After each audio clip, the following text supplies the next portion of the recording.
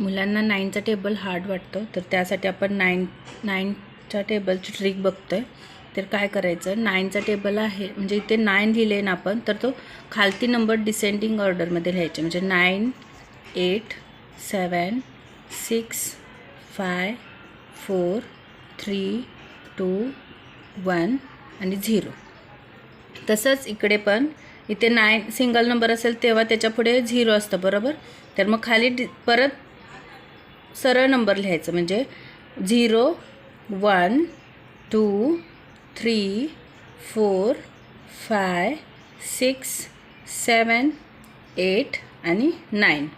हा झाला तुमचा 9चा टेबल. बघा, 9 म्हणजे 9, 9 2 जा 18, 9 3 जा 27, 9 4 जा 36, 9 5 जा 45, 9 6 जा 54, 9 7 जा 63, 9 8 जा 72, 9 9 जा 81 आणि 9 10 जा 90. आलं लक्षात.